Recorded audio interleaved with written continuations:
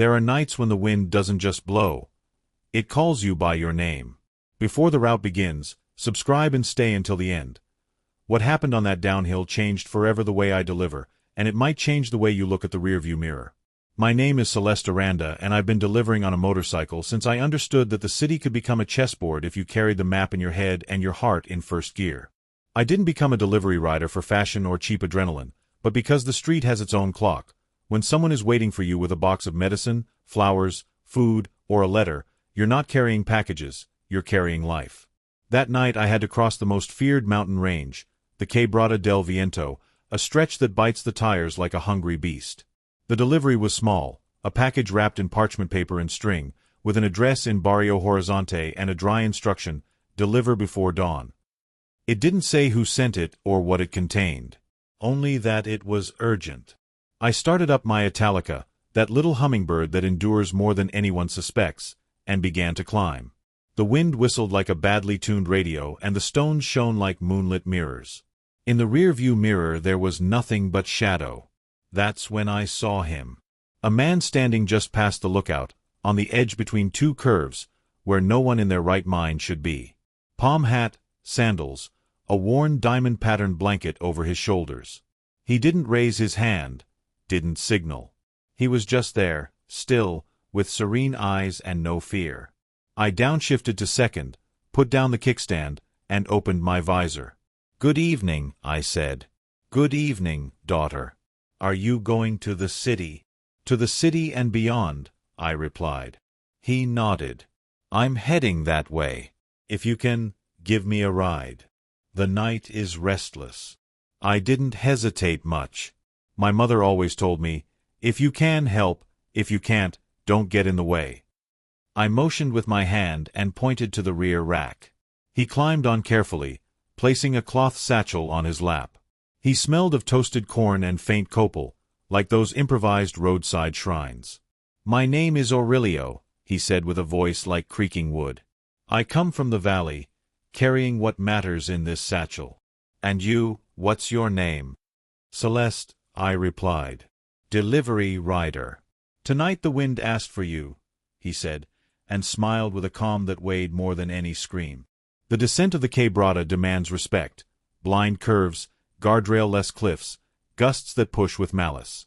With a passenger, even more care. On the 12th curve, the wind hit us sideways. Instinct told me to brake, but Aurelio touched my shoulder and whispered, "Don't brake. Let it roll." I obeyed. The bike settled firm as if an invisible hand held it. If I had braked, the back wheel would have gone over me.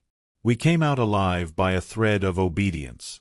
"Good," said Aurelio, without triumph, as if confirming a lesson. On the way down we saw a small shrine, wooden cross, faded ribbons, a pale photo. Aurelio asked me to stop. I did. He got down, lit a candle I don't know where he got from, and murmured words mixing Spanish and an ancient tongue. "Who do you pray for?" I asked. "For the one who brought me this far and for the one who awaits me," he answered. Back on the bike, the night felt different. Not fear, respect. We spoke little. He told me he had a daughter in Barrio Horizonte, who sold tamales and sewed at home. Her name was Amber. "Now she needs news," he said, touching the satchel with reverence. He showed me a brown envelope, with a name written, Amber Mijares. "If for any reason I get off before, you deliver it. Don't open it." I nodded. I put the envelope in my jacket. The bike breathed deep as if it too had accepted the task. A few kilometers later, Aurelio asked me to stop at a ledge I swear didn't exist. He got off with the satchel, thanked me, and vanished into the darkness. When I looked around, I only found a cross identical to the one we had seen before, with the same photo and a name carved, Aurelio Mijares, with dates that said he should no longer be here. I swallowed hard, got back on the bike, and continued. The envelope in my jacket weighed like lead. I arrived in Barrio Horizonte at dawn. I knocked on the blue gate at number 27. A woman with tied-back hair and apron opened. It was Amber. I gave her the envelope. She caressed it as if recognizing her father's pulse in the paper. She opened it with ritual care. Inside were old bills, out of circulation, and a letter, for the birth of my granddaughter. If time delays me, don't hold it against me. Amber cried and smiled at the same time. My daughter was born 2 months after my father died. Her name is Esperanza. On the mat of my bike I found kernels of blue corn. Amber kept them in a jar like one keeps a baptism. Since that night, I don't deliver the same way. The story could have ended there, but it didn't. Because the city decided to remind me that Aurelio wasn't an exception, but the beginning of something bigger. Days later, a delivery rider caught up with me at a stoplight and said, "You're the one who came down the mountain last night. 2 others fell. You didn't. That's not luck." He left me with that phrase like a stone in my pocket. The shrines began to appear in places where I swore they didn't exist. Once I saw a tiny one on a broken sidewalk. It had a small silver coin identical to Aurelio's. I got angry, as if someone were playing with me. "I already left the other where you asked me," I murmured. The wind replied, "It wasn't me." That night I dreamed of mixed voices and hands measuring blue kernels as if they were time. I met other delivery riders with similar stories. Lalo, nicknamed the Mole, told me seriously, "The road doesn't forget." Mara, the Fierce, said that a nurse got on her motorcycle, arrived home, and when she knocked on the door, the person who opened had the same face as a portrait with a black ribbon. Nobody laughed. We started realizing we weren't few. Amber invited me to her house one Sunday. In the patio, green shoots of blue corn were growing. "From the first jar," she explained. They wanted to make tortillas for the big chapel during the neighborhood festival. I went. The communal oven was lit. People shared bread, stories, and old boleros. Among the murmurs, everyone said Aurelio's name with respect. That night I understood it wasn't just my story. And then the new errands began, envelopes with old dates, packages with no sender, letters with names the wind whispered to me. One envelope took me to the house of a Mr. Varela, who received the keys to a piece of land that had been Aurelio's dream, a communal oven. Another errand led me to a nurse who received bread in the middle of a storm, thanks to a note with a butterfly drawing that someone had left in the chapel. Another night I saw an abandoned bicycle with a sticker that said, "Cella." Later I learned that on the 15th curve a woman named Graciela had died, and it was her voice that warned me not to brake. Little by little, we delivery riders understood that we were messengers of more than just app orders. We carried promises that had waited years to be fulfilled. And every time the wind blew with bad temper, I turned down the volume of my headphones, because sometimes it wasn't wind. It was Aurelio, it was Cella, it was all those the road had taken but who still had something to deliver. Today, when I pass through Barrio Horizonte, Lucia, Amber's daughter, gives me a blue tortilla with salt and salsa. On the table sits the jar of seeds and Aurelio's photo. I tuck the tortilla into my chest like someone who keeps a shared secret. And when I ride up the Quebrada del Viento, I always leave a space on the rear rack, clean, as if waiting for an invisible passenger. Because I understood that not all rides carry a body. Some carry an errand. And if one night you ever come across someone asking for a ride where no one should be, don't laugh, don't run. Listen. Because what you carry may not be a stranger, but a promise that someone, somewhere, is still waiting for. After that delivery in Barrio Horizonte and the strange errands that followed, I began to feel that the city spoke to me in ways not everyone could hear. I don't say I have a gift, nor that I see ghosts with clear eyes. I just say that sometimes, in the middle of a delivery, the air changes tone and the route whispers which curve to take. It's not magic, it's attention. Or so I want to believe. One dawn, while waiting at a stoplight on Lirio Avenue, I saw a stray dog sitting on the corner. Not unusual. What was unusual was that when the light turned green, the dog crossed in front of my bike and stared at me, forcing me to brake. A second later, a car sped through the red light, brushing the spot where I should have been. The dog looked at me again, turned around, and disappeared into the shadows. It had a white patch on its back shaped like an ear of corn. That same night, at the communal oven, Amber showed me an old drawing of her father Aurelio, 3 crossed lines like ears of corn. I didn't tell her. Some things I prefer to swallow alone, because if you share them too much, they lose strength. But I began to see that symbol everywhere, scratched onto posts, marked on walls, drawn on the lids of old boxes. A network of signs that seemed to follow me or mark my paths. Lalo told me one day, "There are places where the street bends to let through what shouldn't get stuck." And I thought it was a strange metaphor, until I had to live it. It was Thursday, almost midnight, when I received an urgent order: deliver a small package to the bus terminal. Nothing unusual. But the app showed me that I had to cross Estrella Avenue, a street under repair that had been closed for weeks. I hesitated.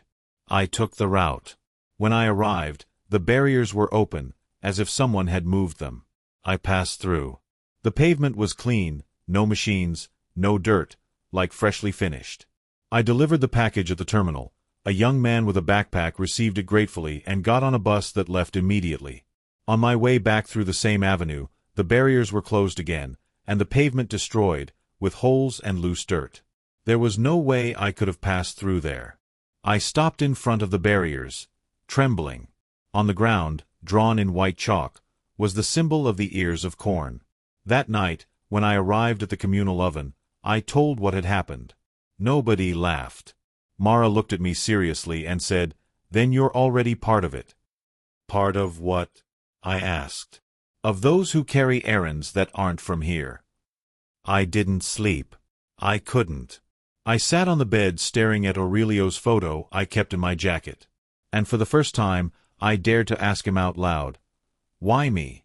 The wind hit the window and, I swear, it smelled of toasted corn. That night the wind didn't let me sleep. It struck the window as if it wanted to come in, but it wasn't just any strike.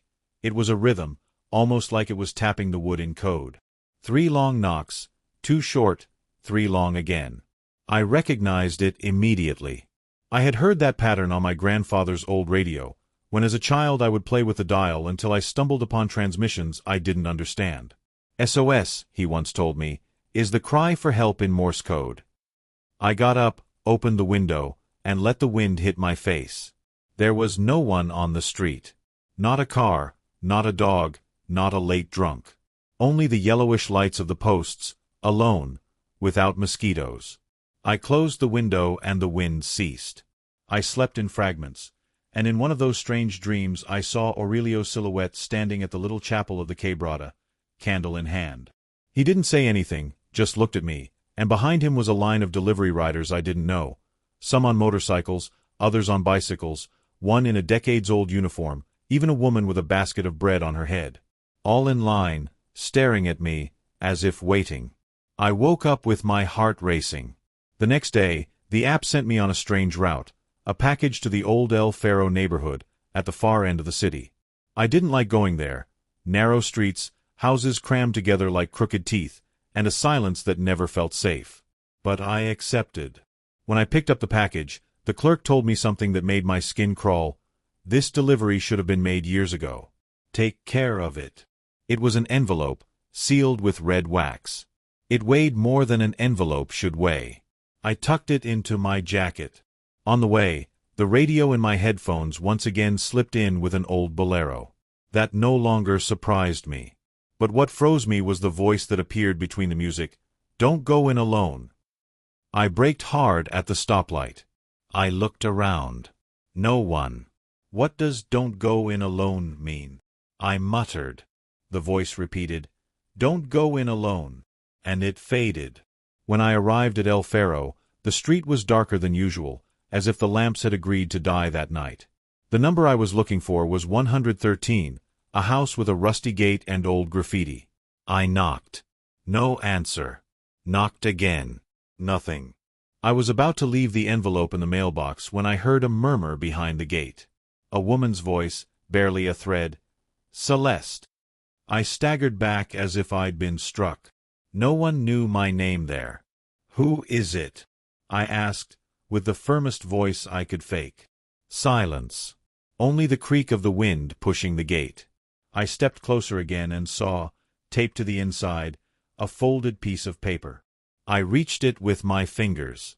It was a yellowed sheet, handwritten, with the same symbol of ears of corn I had seen before. And beneath it, a phrase, "The errand is not for here. Take it to the Quebrada." I swallowed hard. got on the bike and sped off without looking back. The climb to the Quebrada del Viento that night was different. No traffic, no other vehicles. Just me, the bike, and shadow. On the 8th curve, a headlight appeared behind me, closing in fast. A black car, no visible plates. It was tailing me closer and closer. I accelerated, but the bike couldn't match that machine. On the 12th curve, the voice returned in my ears. "Don't brake. Let it roll." I obeyed. The car tried to cut me off, but in the maneuver it lost control and crashed against the stone barrier. I kept going, trembling, with the envelope in my jacket.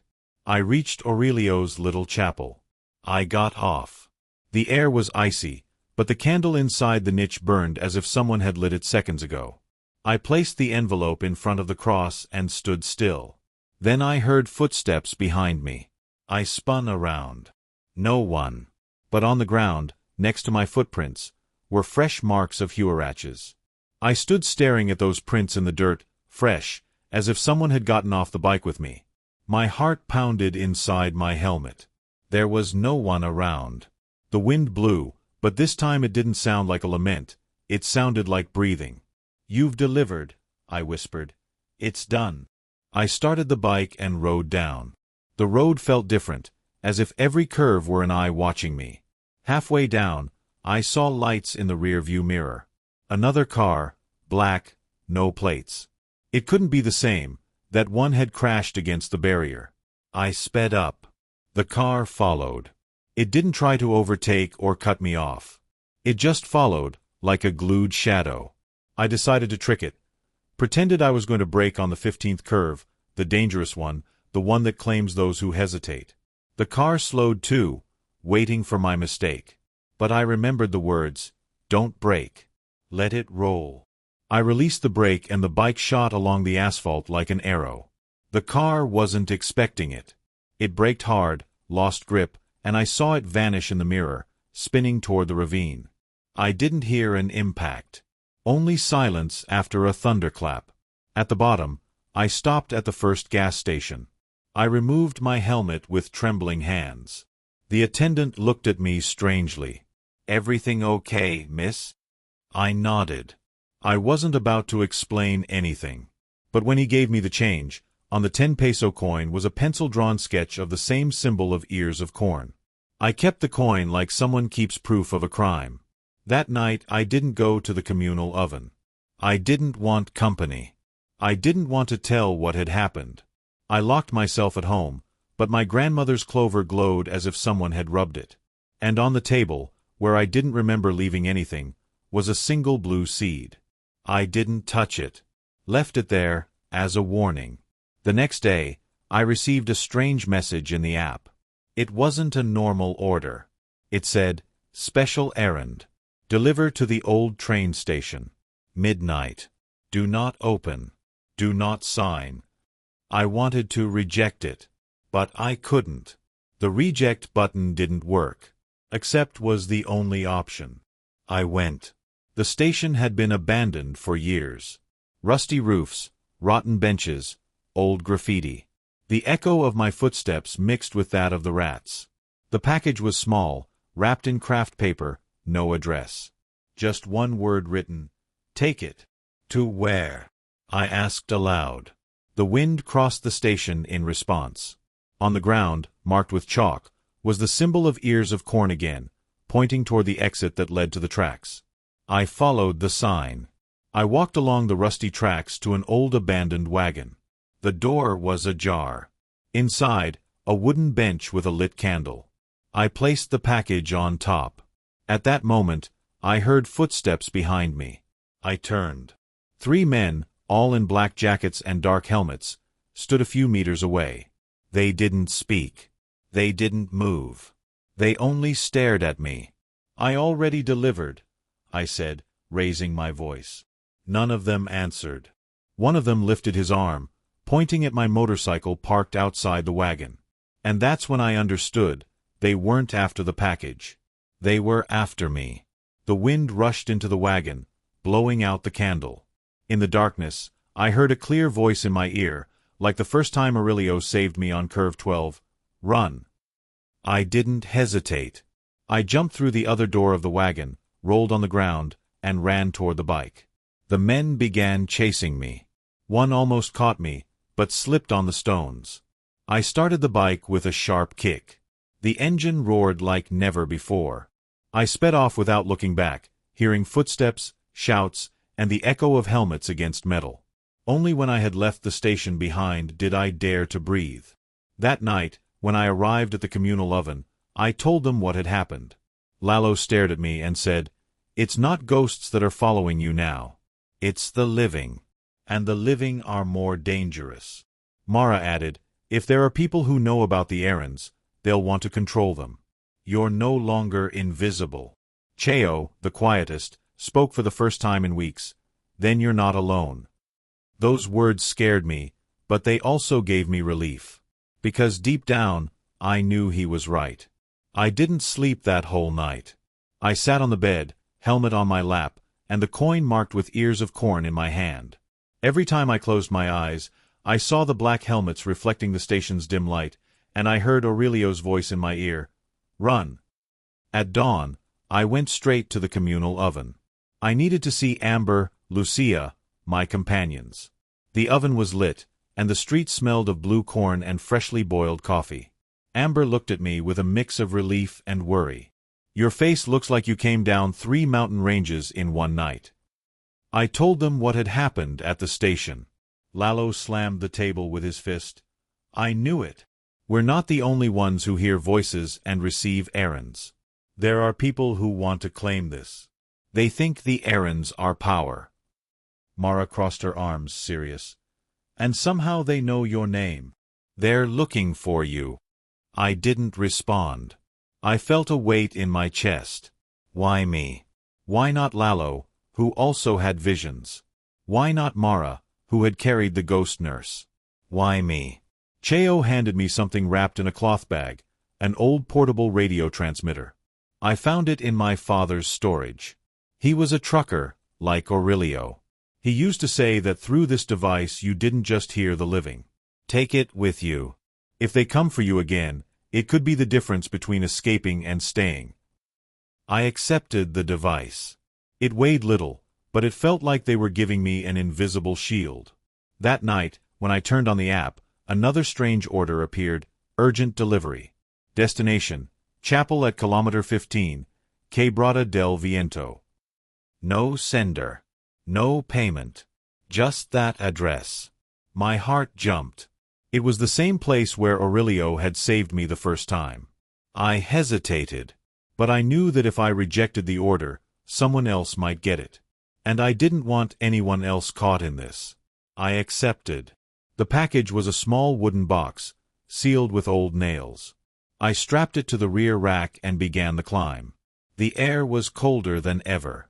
The fog clung to my helmet like a damp sheet. Halfway up, I turned on Cheo's radio transmitter.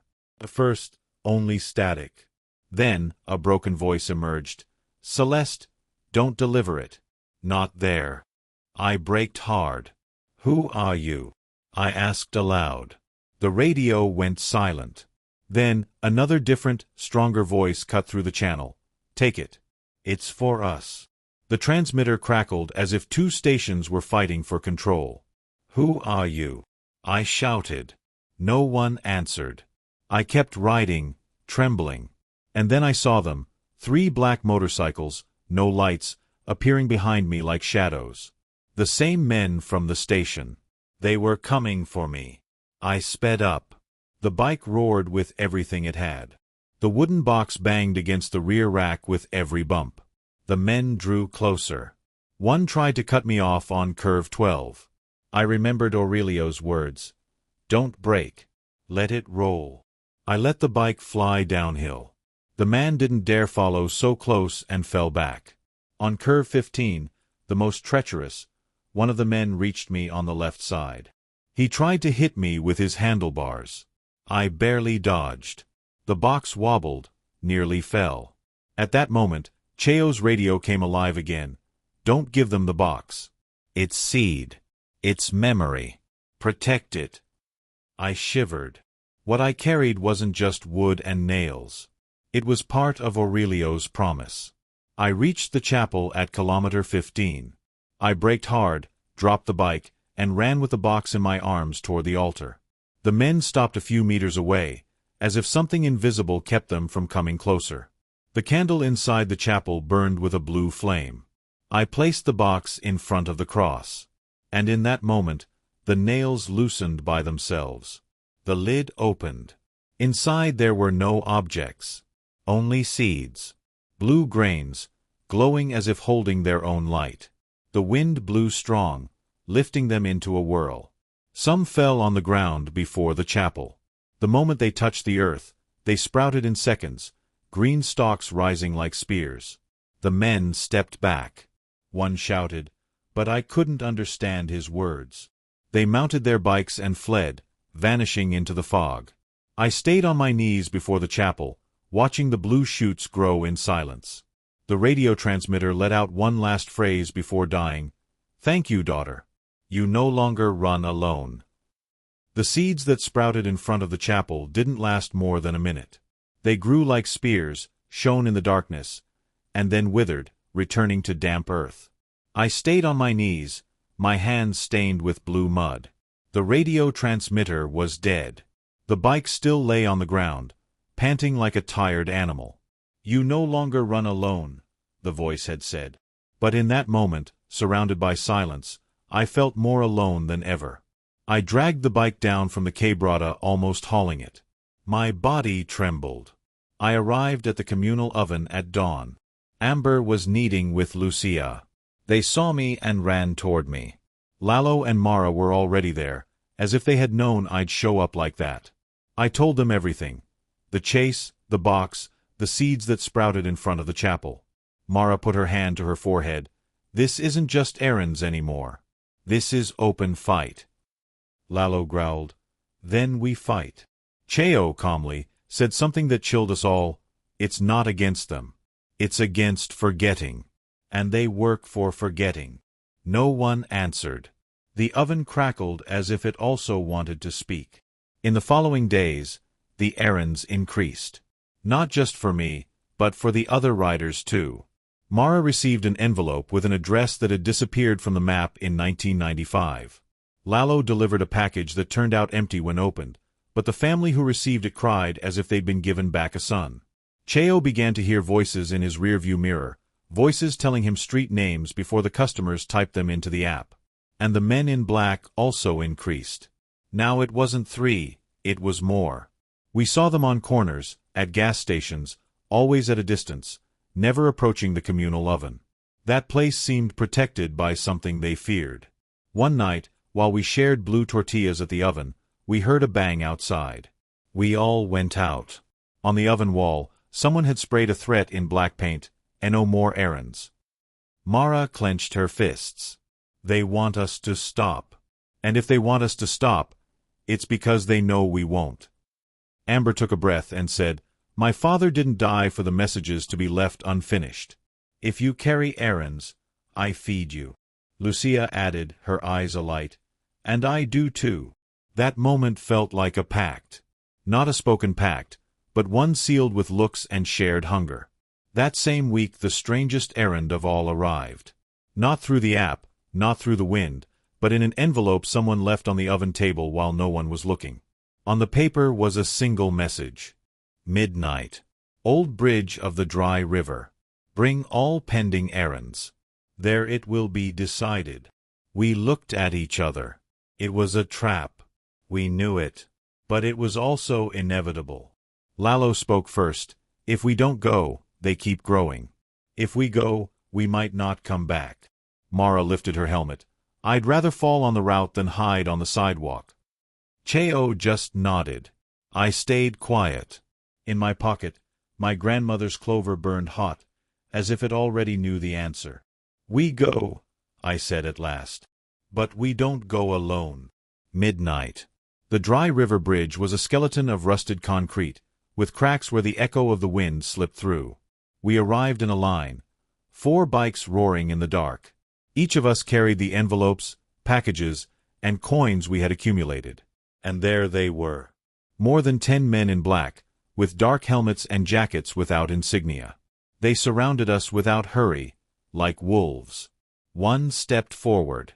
His voice was deep, metallic. "Those errands don't belong to you. They are ours. You are blind messengers. Hand them over." No one replied. The silence was so thick it could almost be chewed. Then, behind us, a light appeared. A row of candles, dozens, maybe hundreds, illuminating the riverbank. And next to those candles, silhouettes appeared. They weren't solid, but they weren't smoke either. They were those who had once asked for a ride at dawn. The truckers who died in the mountains. Mara's nurse. The girl on the bicycle, Cella. And at the front, Aurelio, with his palm hat and diamond-patterned blanket. "They are not yours," he said, looking at the man in black. "The errands are memory, and memory cannot be stolen." The men stepped back. Some turned on flashlights, as if that could erase the shadows. But the silhouettes didn't disappear. Mara stepped forward. "You want the errands, don't you? Take them. But you'll have to go through us." The engines of our bikes roared in unison, not as a threat, but as a declaration. The wind blew with brutal force, lifting blue dust from the ground, as if the invisible seeds of all the errands sprouted at once. The men in black couldn't withstand it. They shielded their helmets and retreated, until they vanished into the darkness. When the dust settled, the silhouettes had also disappeared. Only the lit candles remained. Aurelio, before fading, looked straight at me and said, "You no longer run alone." We returned to the communal oven at dawn. Exhausted, covered in dust, and with our hearts still pounding like drums. Amber was waiting with coffee and bread. "And now?" she asked. No one knew how to answer. But I, looking at the jar with blue seeds on the table, thought, now the real thing begins. The weeks after the bridge were unsettling. On the surface, life returned to routine. Daily deliveries, motorcycles roaring down avenues, orders of hamburgers, flowers, and medicines. But beneath that normality, something had changed. We all felt it. The men in black didn't show themselves for a while, as if the defeat at the dry river had made them disappear. But we knew it wasn't so. It was storm silence. The kind of calm you feel before a wind rips off rooftops. Meanwhile, the errands kept appearing. Sometimes they were small packages, other times just notes scribbled on yellowed paper. Each one had an address that seemed impossible. Demolished houses, neighborhoods that no longer existed, names erased from the census. And yet, every time we delivered something, someone cried with relief, as if a promise kept for decades had finally found its destination. One night, I had to take an envelope to the old hospital, the one that had been closed 20 years ago after a fire. The paper said, Room 3. Midnight. I hesitated. What sense did it make? There was no Room 3. There was no hospital. Only ruins. But something in me knew I had to go. I arrived on the bike, left the helmet hanging, and went in. The hospital smelled of dust and ash. The echo of my footsteps was the only thing alive. Room 3 was at the back, with the door charred. I pushed. Inside there was a rusty gurney and, on top of it, a cardboard box. On top of the box, a note written in firm handwriting, Celeste, you already know this is no coincidence. Take it to the oven. My hands shook. Who had left me that message? How did they know my name? I opened the box. Inside, a bundle of old letters tied with ribbon. There were names, dates from the 70s and 80s, letters never sent, never received. I packed them up and ran out. When I arrived at the communal oven, Amber received them with tears in her eyes. My father spoke of these letters. He said a fire never burns what the wind protects. And he was right. We put them on the table, and that night the oven gave not only bread. It gave reverent silence. Each letter was read aloud by someone different. And with every name spoken, the wind struck the windows, as if answering, present. But the enemy hadn't left. It was only waiting. One afternoon, while waiting at a stoplight, I saw a black truck parked on the other side of the avenue. The passenger window rolled down, and a man with a dark helmet looked straight at me. He didn't say anything. He didn't do anything. He just looked. And on the windshield, written in the dust, I saw the symbol of the ears of corn crossed out. That night I couldn't sleep. I knew what it meant. They no longer wanted to steal the errands. They wanted to erase them. The next day, I called everyone to the oven. Lalo arrived with a face of contained rage. Mara got off her bike without even turning it off. Cheo carried his portable radio on his shoulder. Delivering errands is no longer enough, I said. Now they want to erase them. If we let them, Aurelio and everyone else will be lost. Mara slammed the table. Then we fight. Not like that time at the bridge. This time for real. Lalo nodded. They don't know what we know. They don't feel what we feel in the curve, in the wind, in the oven. If they come, they don't come for objects. They come for memory. And memory is not for sale. Cheo turned on his radio. At first, only static. Then a clear voice. You are not alone. There are other delivery riders in other cities. You are not the only ones. Silence froze us. Amber covered her mouth. Others, like you? The radio sounded again. Others like you, Celeste. Others like Lalo, Mara, and Cheo. We are not few. We are a network. The communal oven creaked, as if confirming it. From that night on, we understood that what we were living was not a local story, not a whim of the Quebrada del Viento nor of Aurelio. It was something much bigger. A network of delivery riders who, in every city, on every road, carried invisible errands. And a dark, organized force that wanted to take them away. I don't know how or when the final confrontation will be. What I do know is that we're not going to let memory be lost. Because we are delivery riders. And even if the wind breaks us, we keep rolling. After that revelation on the radio, I spent several days unable to focus on the everyday. I delivered hamburgers, medicine, flowers. I smiled at customers, collected tips, but in my head everything circled around that phrase. You are not alone. There are other delivery riders in other cities. Every time I started the bike, I felt someone else with me. Not Aurelio, not Cella, not the familiar shadows of the Quebrada. Someone far away, unknown, but present. As if in another city, at the same time, another rider was living something identical. One night, I confirmed it. Cheo's radio transmitter turned on again without anyone touching it. First static, then a female voice, clear, with a different accent. Does anyone hear me? This is Nadia, motorcycle delivery rider, Guatemala City. I have errands. The same men are chasing me. The four of us looked at each other, frozen. I answered with a trembling voice. This is Celeste, Mexico. We hear you. There was silence. Then Nadia's voice broke a little. Thank God. I thought I was crazy. Lalo took the device. You're not crazy. They exist. We've faced them too. Nadia sighed on the other end. Then I'm not the only one. I've had a package for weeks. Every time I try to deliver it, they appear. And every time I run, I hear a voice telling me not to stop. Mara clenched her fist. It's the same as us. Cheo, serious, wrote something in a notebook. Dates, times, names. If this repeats in other places, then the network is real. The communal oven fell into reverent silence, as if it too were listening. The following days were a carousel of communications. The radio transmitter began to pick up voices from other delivery riders. A cyclist in Buenos Aires who said he had carried an envelope dated 1964 to an address that no longer exists on the map. A woman in Bogota who swore a ghost passenger saved her life on a curve, whispering exactly when to brake. Or a rider in Lima who spoke of blue seeds growing in a forgotten alley. Each story resembled ours too much. Each voice confirmed to us that we weren't an exception. We were a network.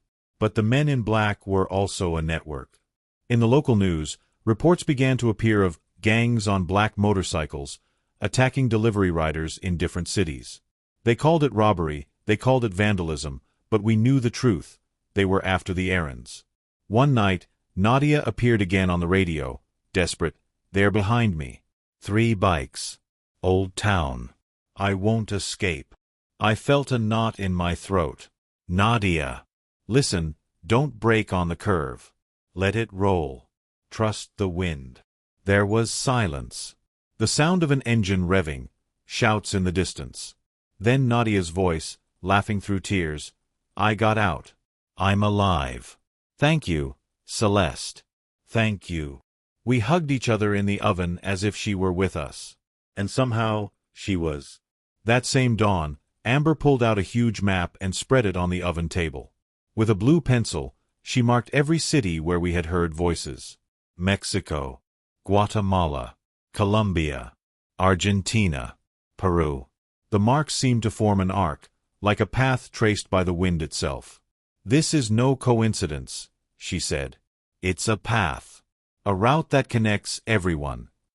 Cheo nodded, a route of memory.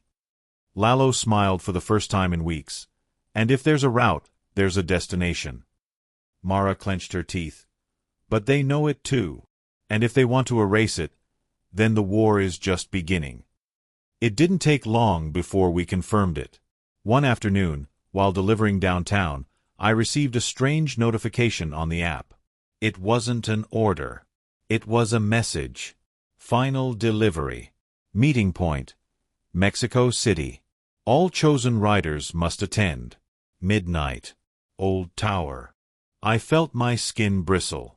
The Old Tower was an abandoned building for decades, infamous for fires, collapses, and rumors. I ran to the oven. The others already had the same message on their phones.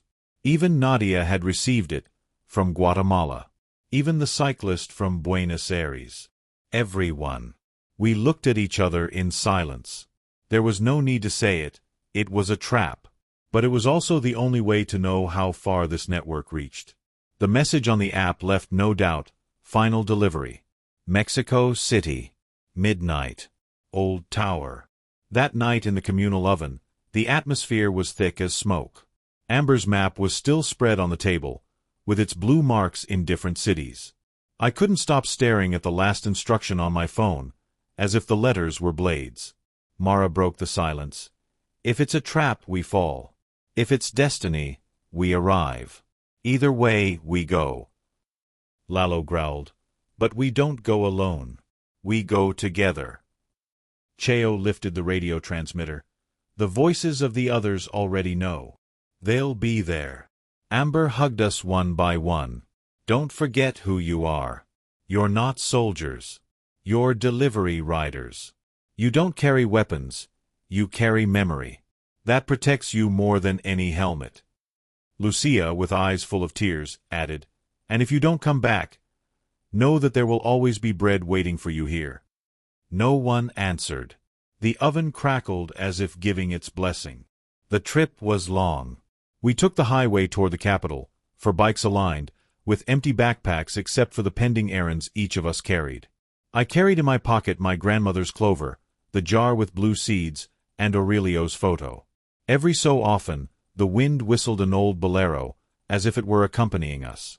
When we arrived in the city, the old tower greeted us like a giant skeleton, 30 stories of abandoned concrete, broken windows, graffiti on the walls, and a silence that didn't belong in a metropolis that never sleeps. There, others were already waiting. I recognized Nadia, with her yellow bike and the voice I had so often heard on the radio. Also the Argentine cyclist, the rider from Lima, the woman from Bogota. There were more than 20 of us. All with the same expression, fear disguised as resolve. Nadia hugged me as if we had known each other all our lives. I knew you were real, she whispered. The cyclist from Buenos Aires raised an envelope and said, I also have errands I haven't been able to deliver. Maybe here they'll be fulfilled. We all had something in our hands, envelopes, packages, seeds, old letters. As if we had arrived at an invisible altar. Suddenly, the city lights flickered and went out. Only the tower remained lit from within, floor by floor lighting up as if someone were turning them on from above. From inside, a group emerged. The men in black. Not 3, not 10. Hundreds. They descended the stairs in line, in absolute silence, like a faceless army. One, taller, stepped to the front. His helmet was different, silver, reflecting all our faces. His voice thundered in the air. "Welcome, messengers. You don't understand what you carry. The errands are history, and history belongs to those who control it. Hand them over, and you will live." No one moved. The silence was heavy. Then, without anyone ordering it, we all started our engines. Motorcycles, bicycles, portable radios. The roar was so strong it made the tower's broken windows tremble. I raised my voice. "The errands don't belong to you. They belong to the people. They are memory. And memory cannot be stolen." The man with the silver helmet laughed with contempt. "Then you will die with it." He raised his hand. Hundreds of black helmets advanced toward us. And it was at that instant that the impossible happened. The wind blew with brutal force, not from one point, but from all directions. And with it, the silhouettes appeared. The truckers dead on the highway. Mara's nurse. The cyclist Cella. Ancestors with baskets of bread. Aurelio, at the front, with his palm hat.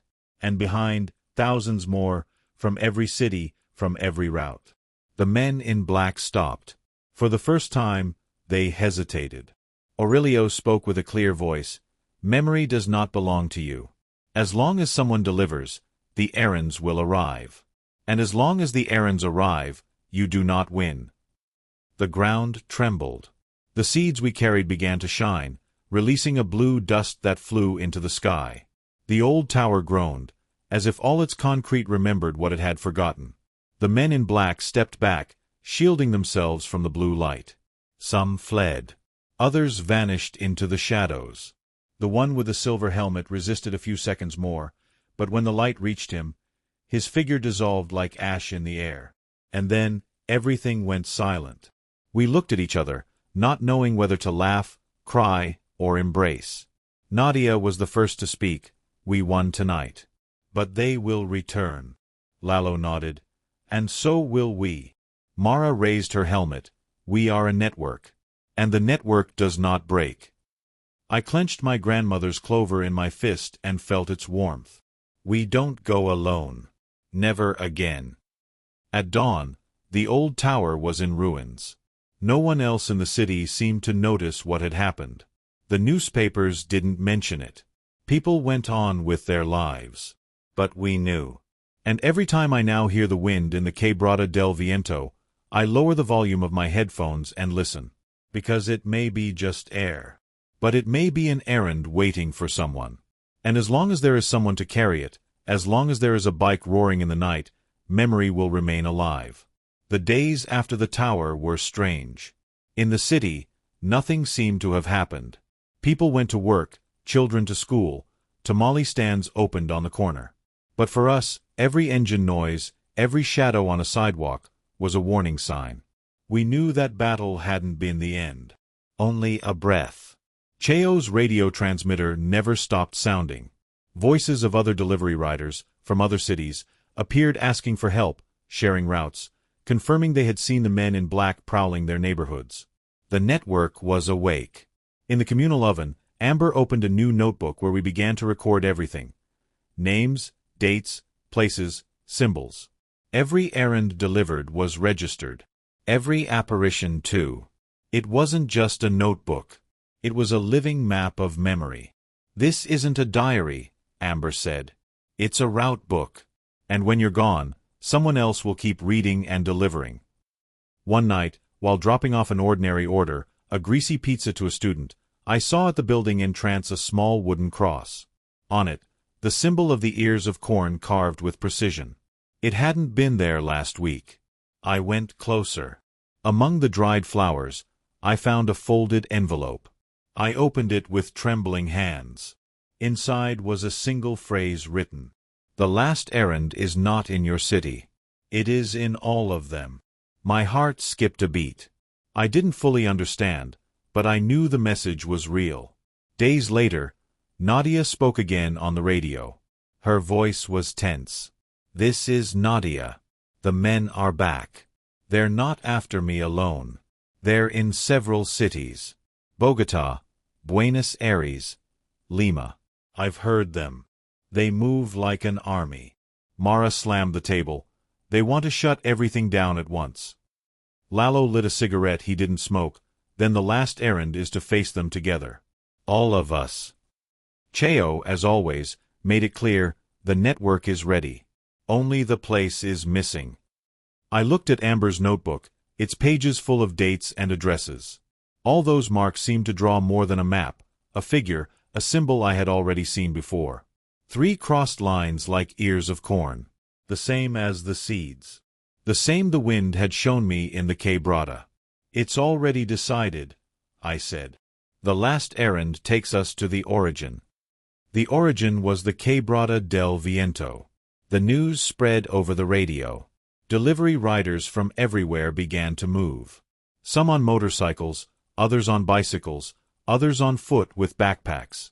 From Central America, from South America, from neighborhoods I had never heard named. Everyone knew the destination was the same. When dawn came, the mountainside looked like an impossible pilgrimage. Dozens of headlights lit the climb. Motorcycles, bikes, footsteps, all with envelopes, packages, letters, seeds, all with pending errands. And, as we expected, they were there too. The men in black. Hundreds. Surrounding the descent like a swarm. The air smelled of metal and threat. The silver helmet was again at the front, intact. His voice roared over the wind. It ends today. Memory dies here. But then something happened that he did not expect. Every delivery rider, every messenger, raised their errand into the air. Envelopes, seeds, letters, photos, coins. And the wind blew so hard it tore each one from our hands and lifted them like a blue storm. The seeds began to glow, the letters to burn without burning, the photos to multiply in the air. Everything became a whirlwind that lit up the Quebrada as if dawn had come early. The men in black tried to resist, but the very ground opened beneath their feet. The mountain roared like a living animal. And then I understood, the Quebrada was not a path. It was a guardian. Aurelio appeared in the middle of the storm, his silhouette firm, his hat shining with a blue light. He looked at all of us and said, "Don't forget, you don't carry packages. You carry promises. And as long as there are promises, there will always be someone to deliver them." The silver helmet shouted, but his voice was lost in the wind. His figure dissolved, like his men, like shadows swept away by a giant broom. And suddenly, everything was calm. At dawn, the Quebrada was covered in blue flowers, sprouted from nowhere. The riders from every city cried, laughed, embraced. Nadia took my hand. This doesn't end here. But today, we won. I breathed deeply. The air no longer smelled of threat. It smelled of freshly baked bread. The day after the Quebrada was like waking from a dream too real. The blue flowers were still there, covering the road like a mantle. Drivers slowed down, took photos, but none understood. For them it was a strange phenomenon. For us it was a sign. Memory had bloomed. Nadia hugged me tightly before returning to her city. Now we know we are many. If you ever hear my voice on the radio, don't hesitate to answer. The cyclist from Buenos Aires smiled, weary. The wind also crosses borders. The rider from Lima lifted a seed and said, "Every city has its Quebrada." We said goodbye like family that doesn't need blood to recognize itself. Each one returned to their route. At the communal oven, Amber was waiting with warm bread. "The wind told me," she said without anyone explaining anything. "It said you delivered what was needed." Lalo dropped into a chair. "I don't know if we won. I only know we're still here." Mara squeezed a roll hard. "If we hadn't united, we wouldn't be here today." Cheo opened his portable radio. Immediately, a new voice came through. "This is Camila, motorcycle delivery rider, Sao Paulo. I received your signals. I saw the blue glow from my city. Who hears me?" We looked at each other, surprised. I took the transmitter. This is Celeste, Mexico. We hear you. Camila sighed on the other end. Then it's true. We are not alone. From that day on, the radio never stopped. Voices from Chile, Honduras, Puerto Rico, even one from Madrid. All told the same. Strange errands, men in black, seeds sprouting in impossible places. And something more. Some spoke of other organizations, not just the black helmets. In Europe, they said, a network of gray jackets moved. In Africa, faceless shadows appeared in markets and ports. All with the same goal: erase what must be remembered. Amber drew another map, this time of the whole world.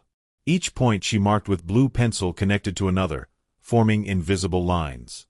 A web. A network. The wind knows no borders, she said. And neither do the errands. But calm never lasts long. One night, while delivering an ordinary order, 3 double burgers to some students, I saw a white van on the corner. Nothing strange. Until the window rolled down and someone threw an envelope toward me. It landed on the asphalt, right in front of the bike. I picked it up. My name was written, Celeste. I opened it with frozen hands.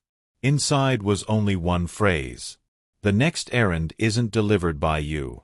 It's delivered by everyone. I shivered. Looked around. The van was already gone. I went back to the oven with the envelope. Everyone read it. Mara spoke first. This is a warning.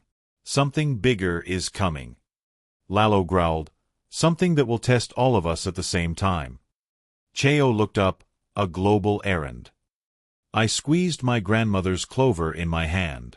Then we'll deliver it. Because as long as even one of us keeps writing, memory will stay alive. The oven creaked, as if confirming our words. Outside, the wind began to blow with the same cadence of that first night. 3 long knocks, 2 short, 3 long again. An SOS. But this time it wasn't for help. It was a call. The wind with its SOS didn't stop that night. It kept pounding the oven's windows, rhythmic, insistent. Each of us heard it differently.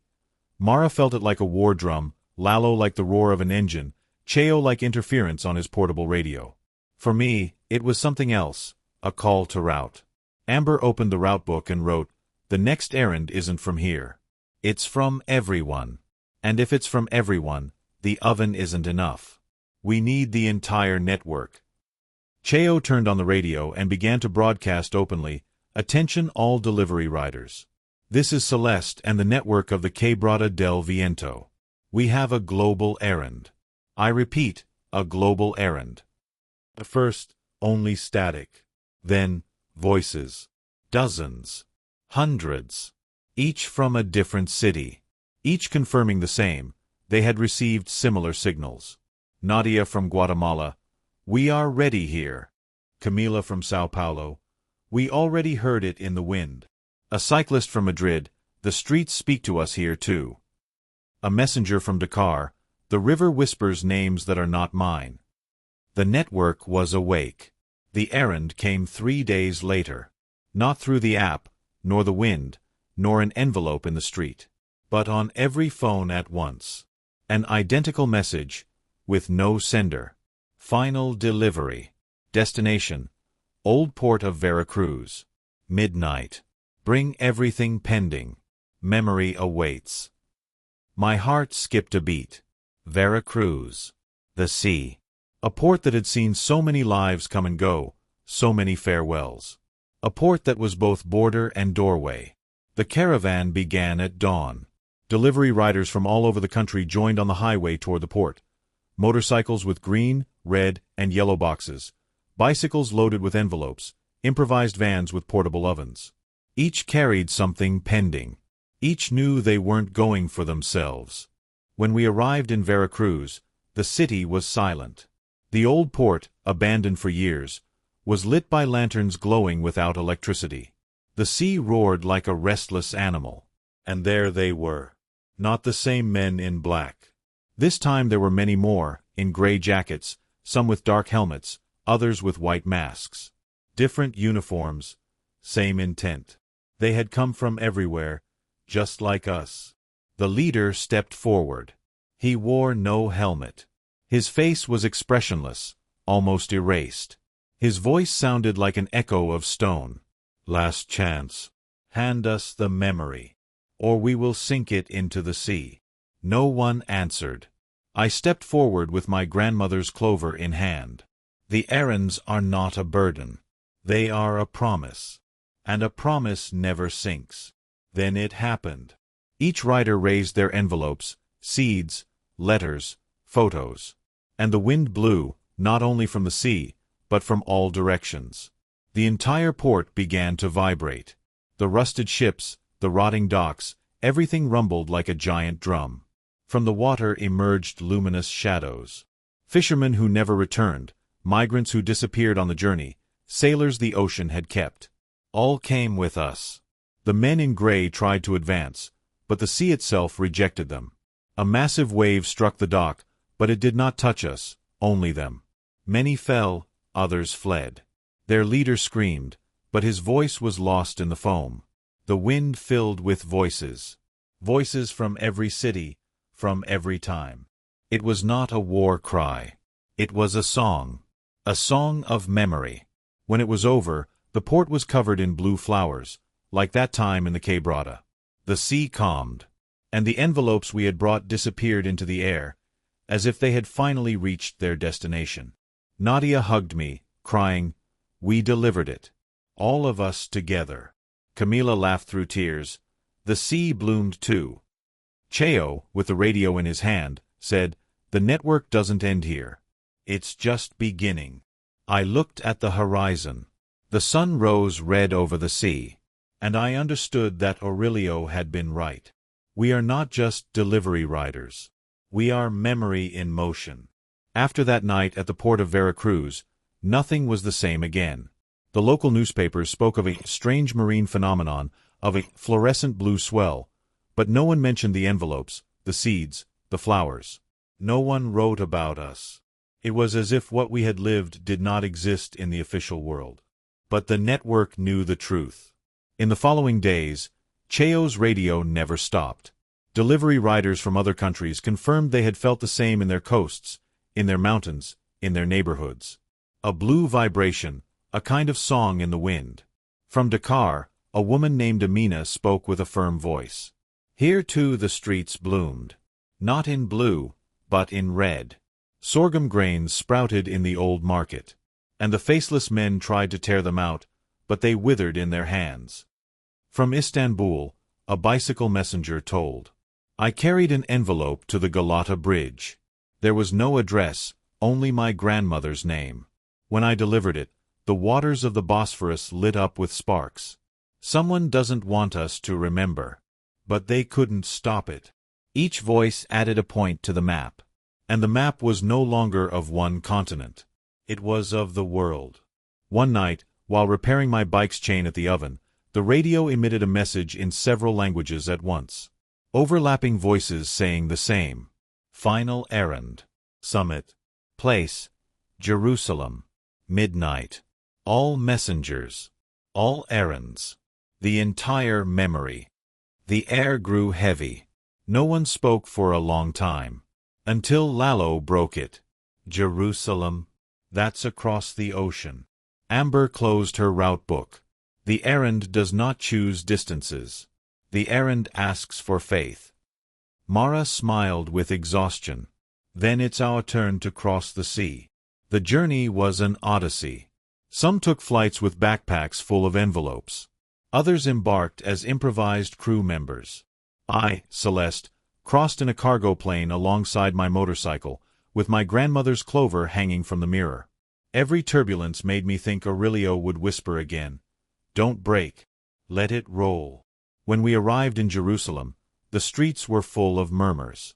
Delivery riders from every continent gathered at the same point.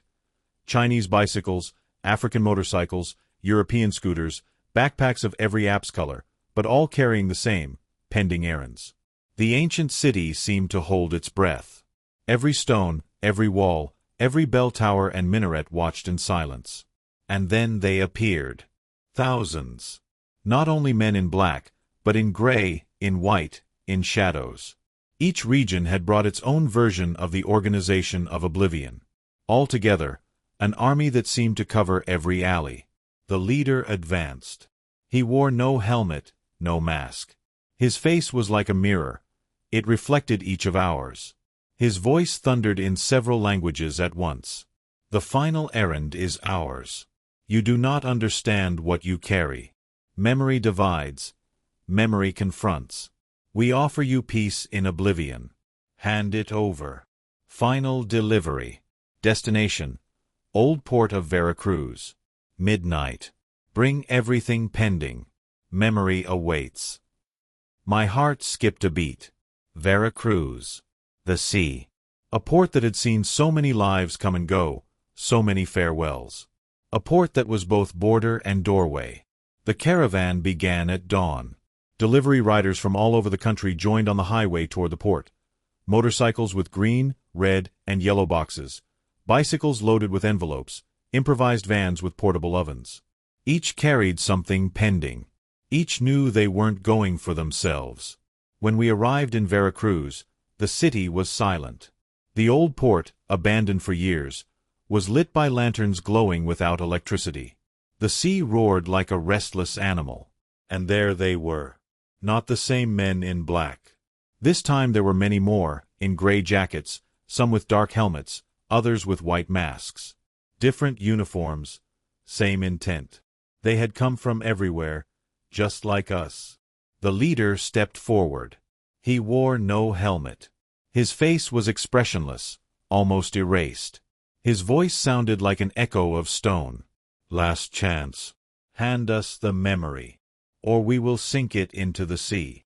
No one answered. I stepped forward with my grandmother's clover in hand. The errands are not a burden. They are a promise. And a promise never sinks. Then it happened. Each rider raised their envelopes, seeds, letters, photos. And the wind blew, not only from the sea, but from all directions. The entire port began to vibrate. The rusted ships, the rotting docks, everything rumbled like a giant drum. From the water emerged luminous shadows. Fishermen who never returned, migrants who disappeared on the journey, sailors the ocean had kept. All came with us. The men in gray tried to advance, but the sea itself rejected them. A massive wave struck the dock, but it did not touch us, only them. Many fell, others fled. Their leader screamed, but his voice was lost in the foam. The wind filled with voices. Voices from every city, from every time. It was not a war cry. It was a song. A song of memory. When it was over, the port was covered in blue flowers, like that time in the Quebrada. The sea calmed, and the envelopes we had brought disappeared into the air, as if they had finally reached their destination. Nadia hugged me, crying, "We delivered it. All of us together." Camila laughed through tears. The sea bloomed too. Cheo, with the radio in his hand, said, "The network doesn't end here. It's just beginning." I looked at the horizon. The sun rose red over the sea, and I understood that Aurelio had been right. We are not just delivery riders. We are memory in motion. After that night at the port of Veracruz, nothing was the same again. The local newspapers spoke of a strange marine phenomenon, of a fluorescent blue swell, but no one mentioned the envelopes, the seeds, the flowers. No one wrote about us. It was as if what we had lived did not exist in the official world. But the network knew the truth. In the following days, Cheo's radio never stopped. Delivery riders from other countries confirmed they had felt the same in their coasts, in their mountains, in their neighborhoods. A blue vibration, a kind of song in the wind. From Dakar, a woman named Amina spoke with a firm voice. Here too the streets bloomed. Not in blue, but in red. Sorghum grains sprouted in the old market, and the faceless men tried to tear them out, but they withered in their hands. From Istanbul, a bicycle messenger told. I carried an envelope to the Galata Bridge. There was no address, only my grandmother's name. When I delivered it, the waters of the Bosphorus lit up with sparks. Someone doesn't want us to remember. But they couldn't stop it. Each voice added a point to the map. And the map was no longer of one continent. It was of the world. One night, while repairing my bike's chain at the oven, the radio emitted a message in several languages at once. Overlapping voices saying the same. Final errand. Summit. Place. Jerusalem. Midnight. All messengers. All errands. The entire memory. The air grew heavy. No one spoke for a long time. Until Lalo broke it. Jerusalem. That's across the ocean. Amber closed her route book. The errand does not choose distances. The errand asks for faith. Mara smiled with exhaustion. Then it's our turn to cross the sea. The journey was an odyssey. Some took flights with backpacks full of envelopes. Others embarked as improvised crew members.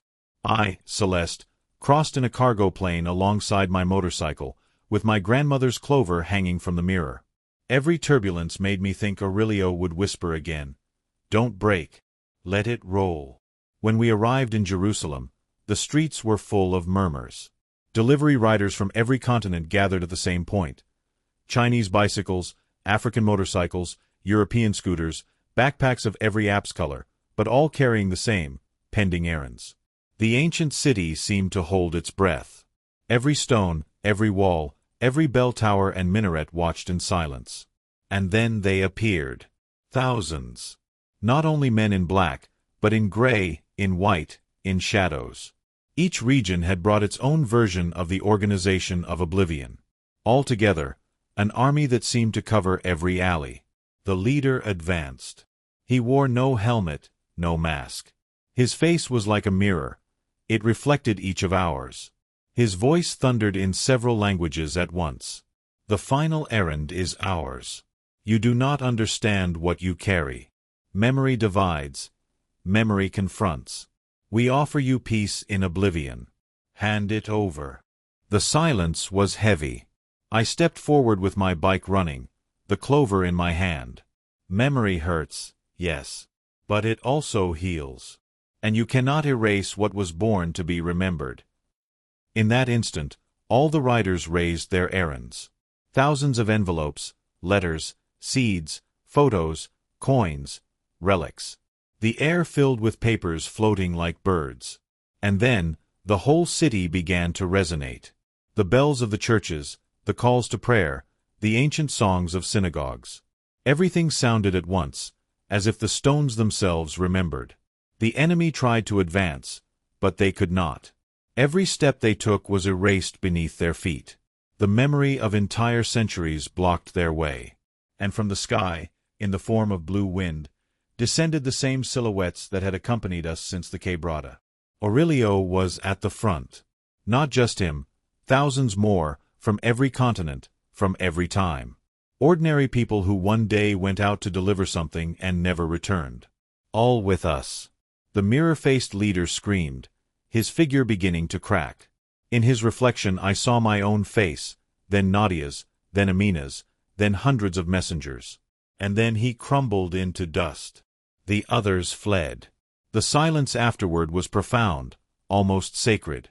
The errands disappeared from our hands, as if they had finally reached their destination.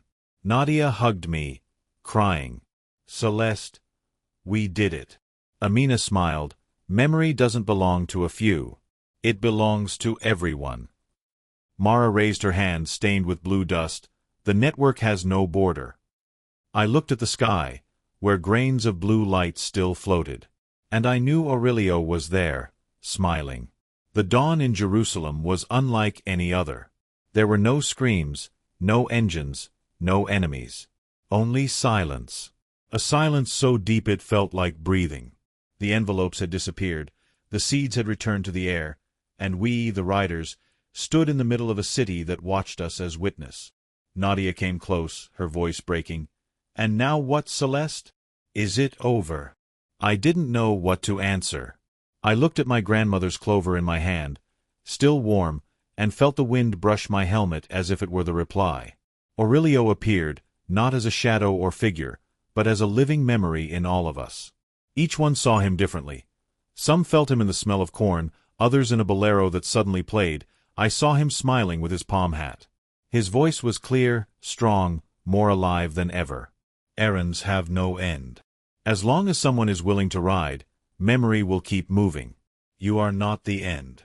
You are the relay. And each relay sows. And each seed blooms.